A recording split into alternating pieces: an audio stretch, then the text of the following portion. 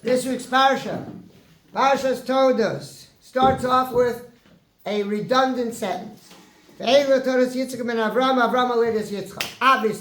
if he's Yitzchak ben Avram, then Avram gave birth to Yitzchak.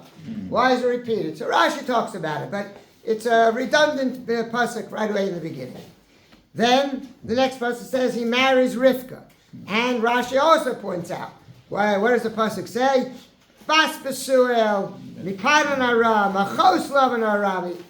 Oh, the details telling us all her yichus, or all her lack of yichus, right?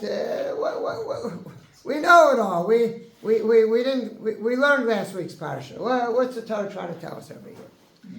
Then it says that they're davening for children, and Hashem listens to Yitzchak. Vayasir lo Hashem, right? Hashem listens to him. Right? Rashi again points this out. Dafka to him, not to her. Why is the Torah pointing it out? Right? It's Seder to tell me they listen to a tefillah of Tzaddik ben Tzaddik, but Dafka here, and Parshas told us, why is this being the center of attention over here? Then we're told the interesting story by Yisrotetzu Abanim Bekirba, that the children are running around. They can say Yisrotetzu as they're trying to break out, or it means that they're running, or it means that they're arguing, whatever, but there's something going on inside her, and she feels a lot of kicking, right? And she can't figure out what's going on. So she says, Lama ze anochi, right? So there are a lot of perushim of what was this Yisrotetzu, and she's Lama ze anochi. What does it mean? First to talk about it, there's a Rashi, there's Ibn Ezra, there's a Ramban. What are the types? Translate the words. Lama ze anochi. What is anochi? What am I here for? What does it mean? Then she goes to ask, and she's told two nations are Shnei goyim bevitnech, Shnei lumim mimach yiparedim, right? And then it goes ahead and it tells us that the story of of Yaakov and Esav, with Yaakov buying the Bechorah from Esav.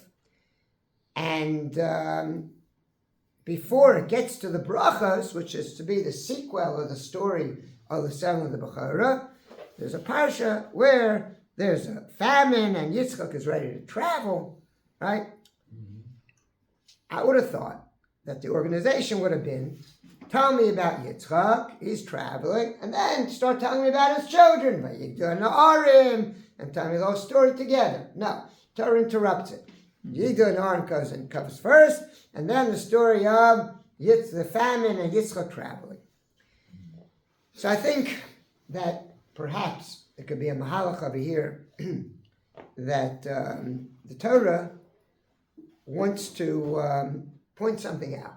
The Medrash Rabbah, right here in the beginning of Parshas Toldos, says that something very prominent about Esav.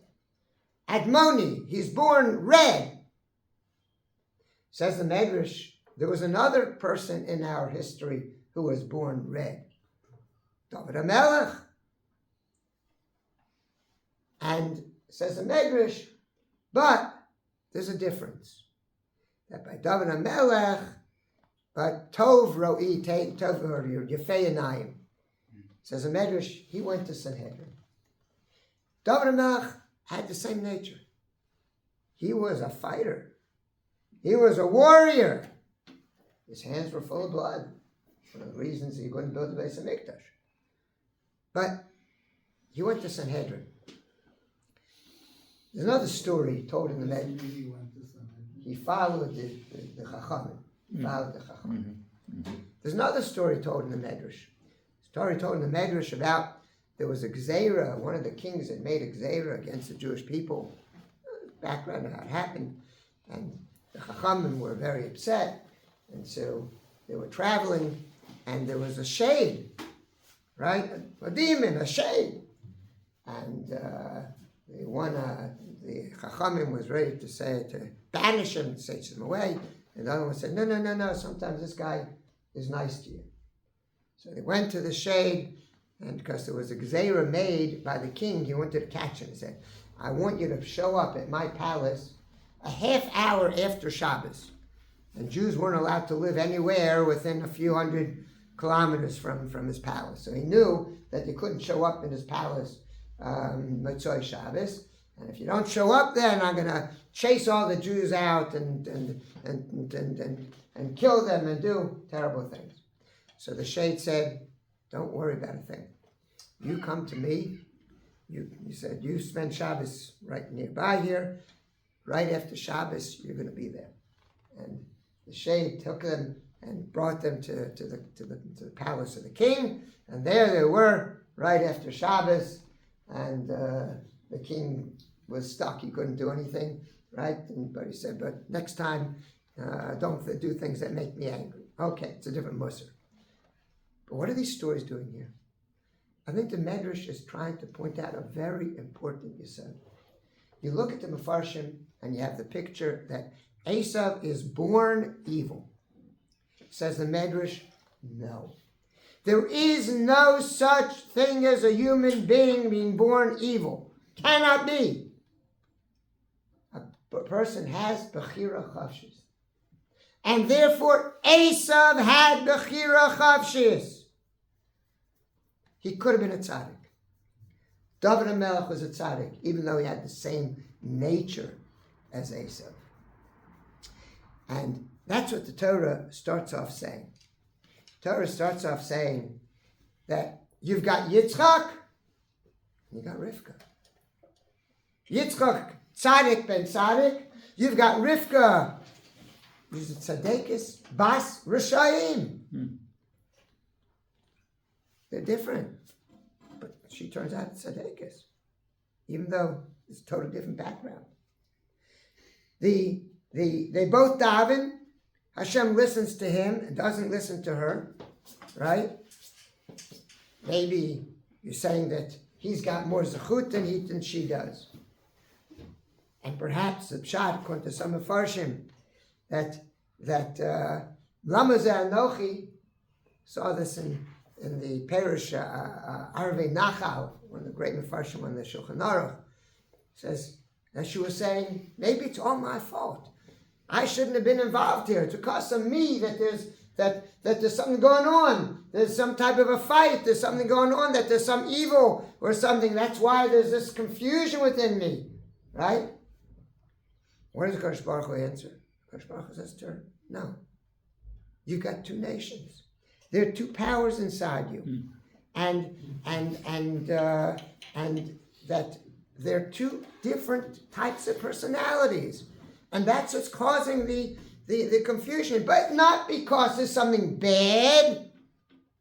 There are two different types of personalities, and that's why immediately after the Torah brings the story, Yaakov, Ishtam Yoshev Aholin, he's Ish Sadeh, right? And the buying of the Bechorah, right? Torah is saying, listen, they go in their ways. They have a different personality. But then it interrupts before it continues with the brachas with the story of Yitzchak. And in the story of Yitzchak in the famine, there's a very interesting thing. Hashem says to Yitzchak, Shchon ba'aretz hazeh, gur ba'aretz, v'akimosias hashvua asher nishbati la'Avraham avicha. I'm going to keep the promise that I gave to Abraham your father. And he continues, you're going to have a lot of children, there's going to be a great nation. Because Abraham listened to my voice. Abraham listened to my voice. Why didn't you say, because you, Yitzchak, are a tzaddik? You know why? Because the Kadosh Baruch Hu was saying to Yitzchak, Abraham took up all his challenges and he lived up to them. You are starting. You've got two children who have two totally different natures. And it's your job to go ahead and make both of them tzaddikim. That's why he picked. That's what the Torah is putting this in here. The Torah is saying, Yitzchak, you're not ready that I should say that I'm giving you sachar for yourself. Because the whole first parsha is saying you have different personalities, you have different backgrounds, you have different things, There's nothing pre-decided. Everything depends on how we play the game. We got to know how to deal with our children, how to deal with people. Different people need different things. Each one, and that's the challenge of life, is to be able to stand up and to take every different aspect, not to change it, to make it good. And that's the challenge. That's what the Torah is giving the whole first section of Parshas Toldos.